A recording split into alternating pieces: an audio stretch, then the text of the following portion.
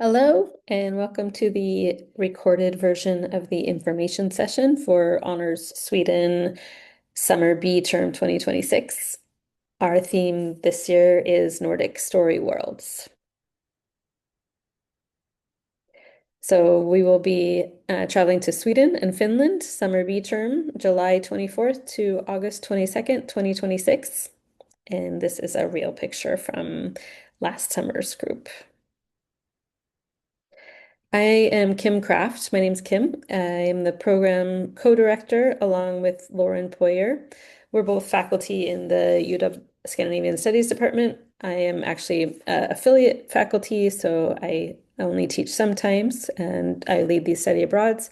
And I used to teach Swedish in the department and do the academic advising. I also have advising experience in the UW Honors Program and have been an academic advisor at Olympic College in Bremerton and Edmonds Community College too. And my co-director Lauren is an associate teaching professor in Scandinavian Studies, and her area of expertise is medieval studies.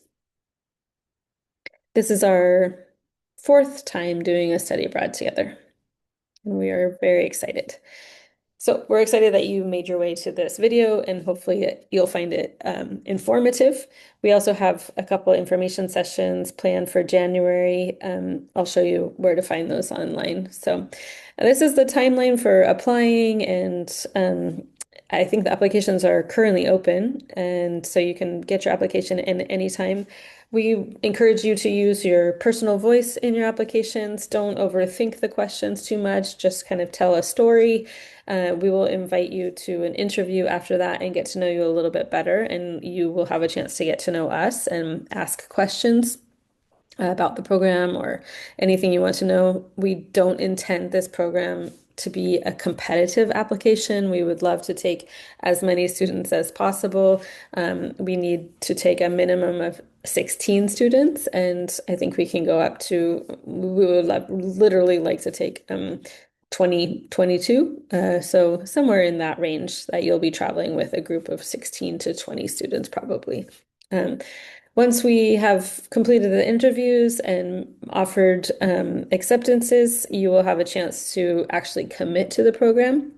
So if you're thinking about multiple programs, this is the time where you have to actually make a decision. And this can take a little while depending on where people fall in their waiting game for other programs, etc. So yeah, feel free to ask questions kind of to get that clarification ahead of time as much as possible. Then we will conduct three pre-departure orientation sessions. Two of those are going to be online during May, and then the third one will be in person. And we want to make sure we find a date where everyone can come in person and get to know each other. The first two will be focused on a lot of logistics and safety, even just basics like how to buy an airplane ticket and what you might want to think about packing, all of that stuff. And like I said, this is our fourth program together. So this is my fifth program myself. So we have a lot of experience answering those questions. We can also connect you to previous students if you want to talk to them about their experiences or what advice they might have for you too. That can be helpful. And then we'll meet in Stockholm on July 24th, and the program ends about 28 days later. So our theme is Nordic Story Worlds. These are some of the places that we will visit and the topics that we'll cover. I'll talk a little bit more about that in a second about when I talk about courses. The assignments, which might be something that you're curious about for these courses, that they're very experiential. We want you to be experiencing the Nordics as much as possible. However, you are earning academic credit, and we do have to live up to academic standards. So we have some assignments for you, writing assignments. You'll have a reading list for the courses, and you'll create a research bibliography. That's something that you could even work on before the program starts. We'll give you that reading list well in advance, and you can start to do those readings and kind of get some context before we go to Sweden. And then during the program, you'll do reflective writing. There's a weekly reflection due every Friday. We also expect that you will participate in lots of group discussions, small groups, large groups. with our guest speakers or with each other, debriefing an event that we've had, or preparing for a visit to a site or a cultural event. We produce one public facing blog that we share out, and you're responsible for one day of that. You can look at last year's blog if you want to get an idea of what students wrote. And then you'll create two artifacts during the program, once midway and once at the end. And this is meant to be a open to whatever kind of creativity you're feeling, or it can also be sort of like a infographic or more writing if you prefer that style of assignment. And it's should be informed by your experience abroad, so it's not something that you really need to plan ahead of time for. And we can give you lots of examples of things that students did in the past, but it really is meant to be a creative outlet for you, maybe something that you don't get to do in your other classes. So I won't read these to you, but I'll leave them on the screen for a second. You can pause the video and read them. These are the 12 credits that you'll earn. So two 5 credit classes, one in Nordic crossover literature, which is meant to basically children's literature or young adult literature that actually speaks to across all ages. There's lots of this in the Nordics, and so we'll read some of it. We'll visit sites that are inspired by the literature, and or we'll understand how Swedish society and Finnish society kind of inspire this type of literature as well.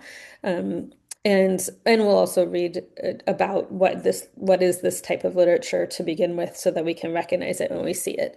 So over here I have some of the learning outcomes, like the main learning outcomes for these courses that'll give you an idea of what we mean by these courses.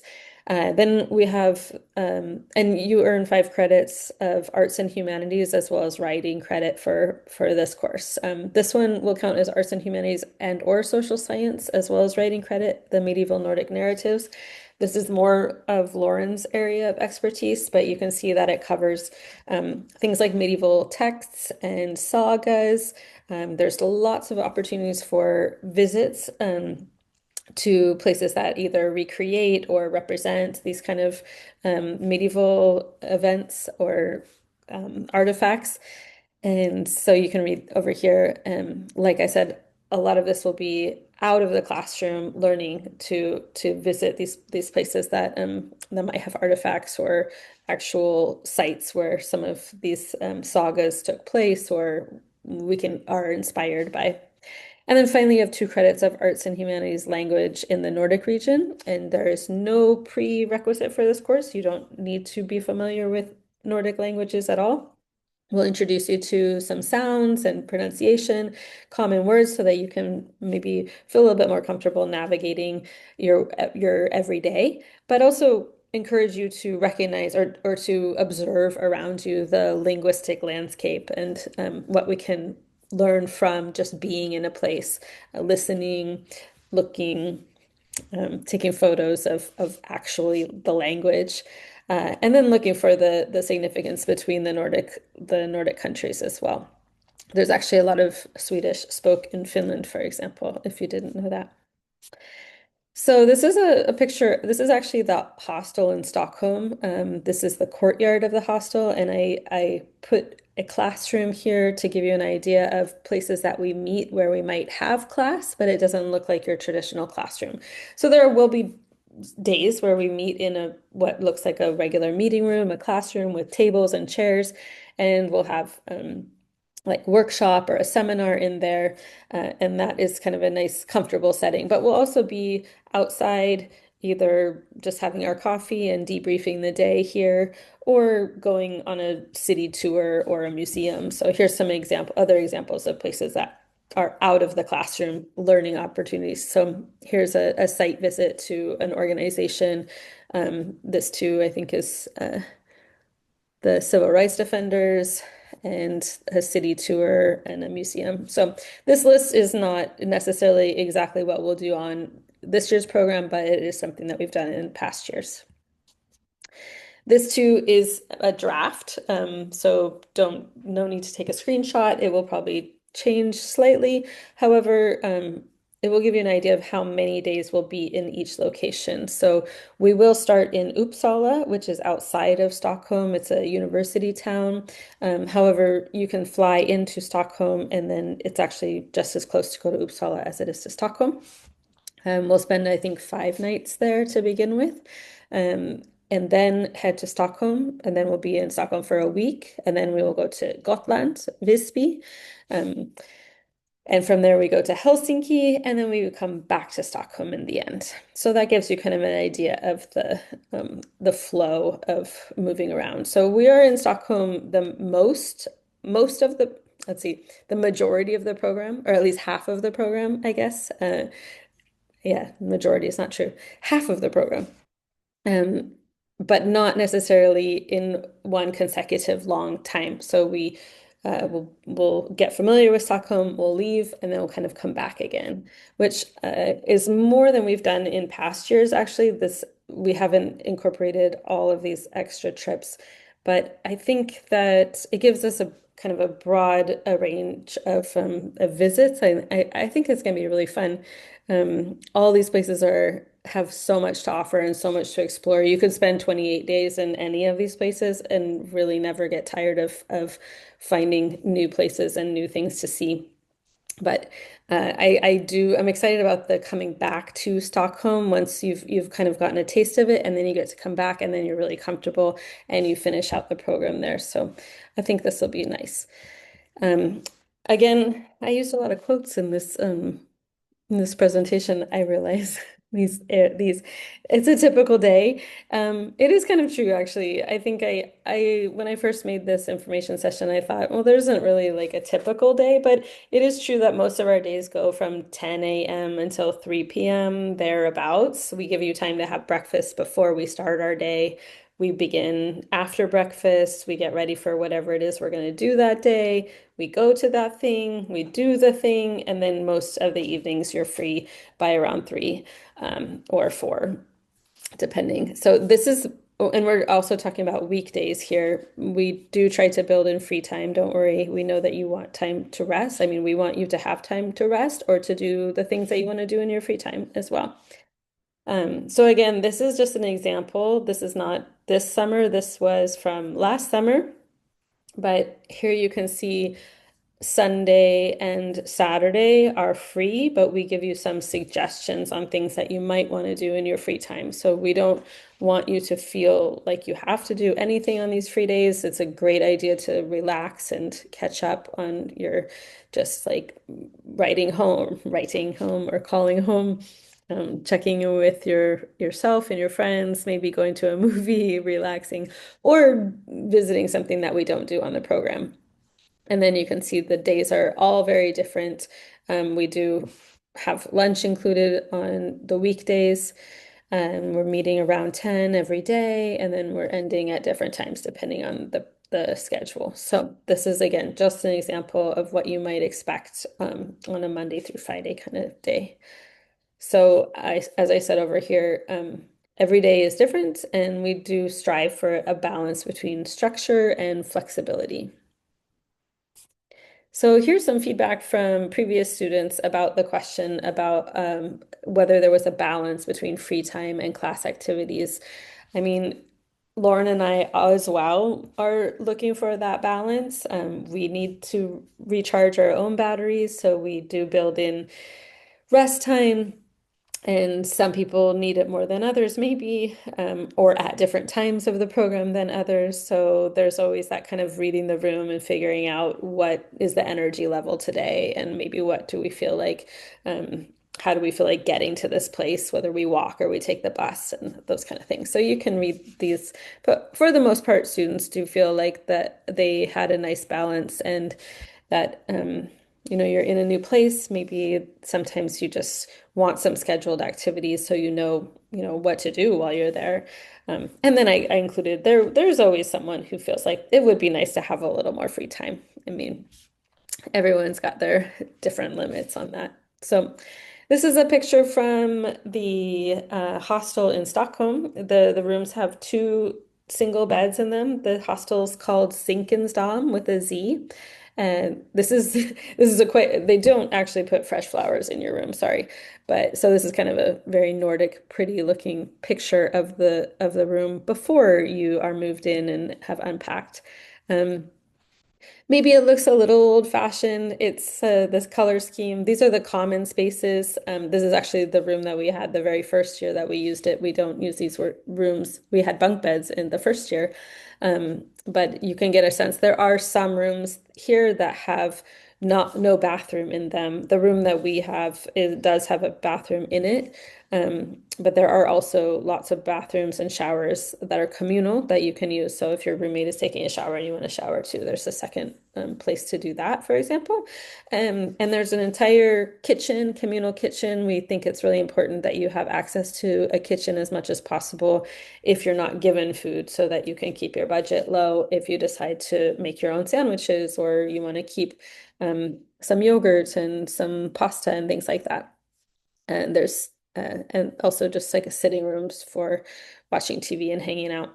I love this about the Zinkensdamm. This picture in the bottom right corner is the refrigerator, and they have these like post office box size. They're actually quite deep, though. They look small, but they're quite deep. These are you get a key per room, and you can put your food in there. So, and then you can lock it so that you can store, you know, your cold stuff without worrying about other guests at the hotel taking your food. So I think that's pretty cool. So that's Zinkensdamm. This is the hotel in Helsinki. It's called Noli Studios. Um, it's in a pretty good location. You can see if you would Google Helsinki, this is basically the downtown-ish harbor. You can recognize it by this Ferris wheel here. And the boats that come in right nearby here to the harbor. This is the common space in Noli Studios. So this is not your room. This is actually a communal room where people can hang out, and there's a kitchen where people can cook together if they want to, if they don't want to cook in their rooms, which is really nice. Um, oh, I should say this hostel also has a gym and a sauna and a rooftop. So that's really nice. So those are the two main lodging. We also will be in Visby, which is kind of the same idea, like an apartment hotel. It's I guess it's kind of between these two. Like it's got a kitchenette in it, and so does Noli. They have their own kitchens in the room. And the Uppsala is actually a hotel. So that the first place we are is a hotel. It doesn't have a kitchen, but you get breakfast and dinner at that hotel. So that's pretty nice. So we try to include meals as much as we can. That means most breakfasts, almost all breakfasts are included, lunch during the weekday, and then occasionally a dinner, but that's only if we're lucky, if the hotel provides dinner. So dinner will be on your own. And here's how this gives you a better idea of that expense wise. So the top stuff is the program fees, and is what would be billed to your My UW account. So this is stuff that if you have any financial aid, for example, you could use it towards these items that would get billed towards your UW account. There's the study abroad fee, the program fee itself, and the insurance. I think the insurance goes to your, that seems really low, doesn't it? I think that's correct, though. I'll double check that. I think it is correct. It's very good insurance that you have too, and you are required to purchase it. But it includes anything you would need while you're abroad. So this fee, like I said, you can use your financial aid towards it if you have financial aid or scholarships. That doesn't, on the next slide, it tells you what those fees include. Um, Aside from those, you do have to pay for your own airfare, which obviously can range. I'm estimating anywhere from 800 or 900 up to, I would hope not to pay more than $1,200. And I have lots of tips on how to look for airline tickets. I have a lot of experience with that. So we will cross that bridge when it comes. But things like buying a round trip ticket versus two one-way tickets is always one of my top highest recommendations. And ways to save on airfare too. I can help you out with that. And then other expenses can really, really range depending on what you're used to as far as like eating out or cooking for yourself or, all the side items that you might need. So we put a range here of $1,000 to $2,000 probably for the month. And that really, really, really depends. So you have those airfare and other expenses there.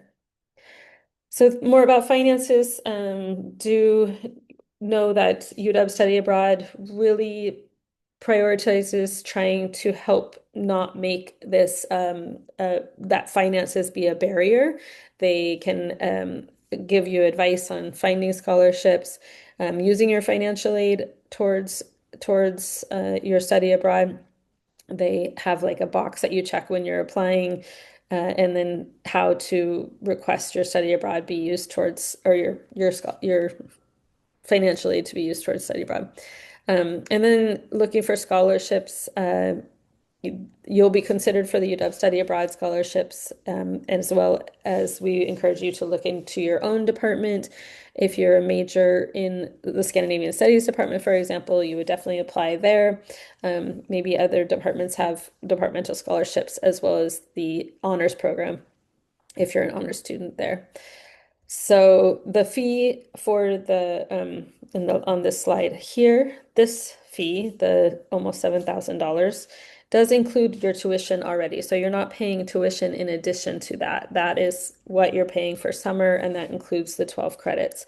It includes your housing, your program excursions, any local transportation, so like a Metro card in Stockholm or anything we need to do once you've landed in Sweden. So getting from Sweden to Finland, for example, is included in the program fee, as is breakfast and lunch, as I mentioned, during the weekdays.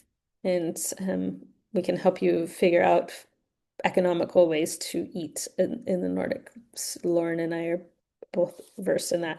Oh, I should mention that UW Study Abroad usually has a Let's Talk Money workshop as well. So that's another place that you can get information about that. So in the final slides, I have some pictures, mostly from last year or the year before, and some student quotes that you can read here as I go through these slides, and you're welcome to pause and read them if you'd like to. And I can tell you that this picture is in Stockholm. Oh yeah, I set that right here. There you go. This is last year's, or this is 2025's group. And then this is 2 years ago. This is 2024 in Old Town Stockholm, Gamla stan. This is Gamla Uppsala, the burial grounds, also 2024's group having a picnic. And this is the Udi Library at Helsinki last year. This is 2025's group on a tour. There's a tour guide there you can see that we're listening to. This is also 2025. This is a natural, a nature place that we visited that we will probably go to again in 2026. It's one of my favorite places outside of Stockholm, not far at all from Stockholm.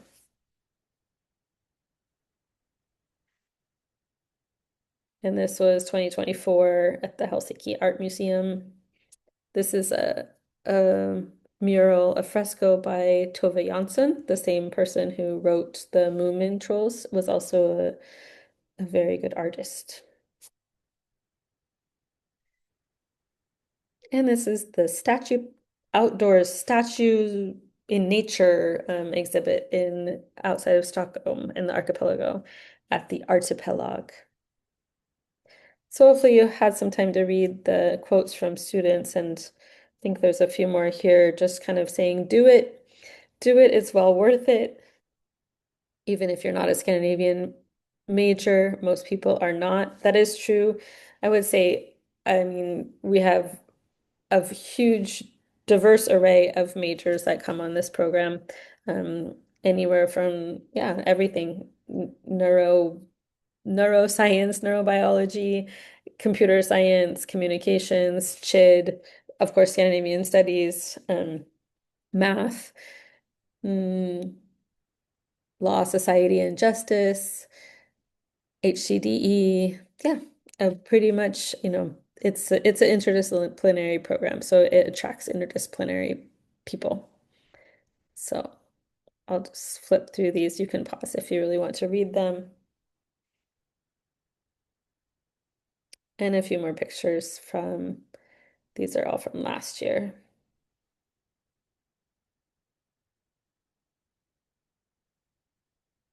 Last year, like actually 2025. And your classic Old Town Sweden picture here.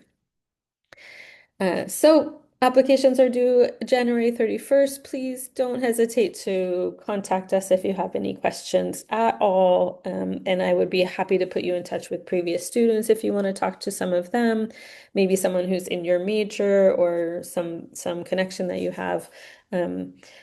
A couple places that you can find us actually. Let me see if I have another slide here first. Hold on. No, that was the last one. So uh, on the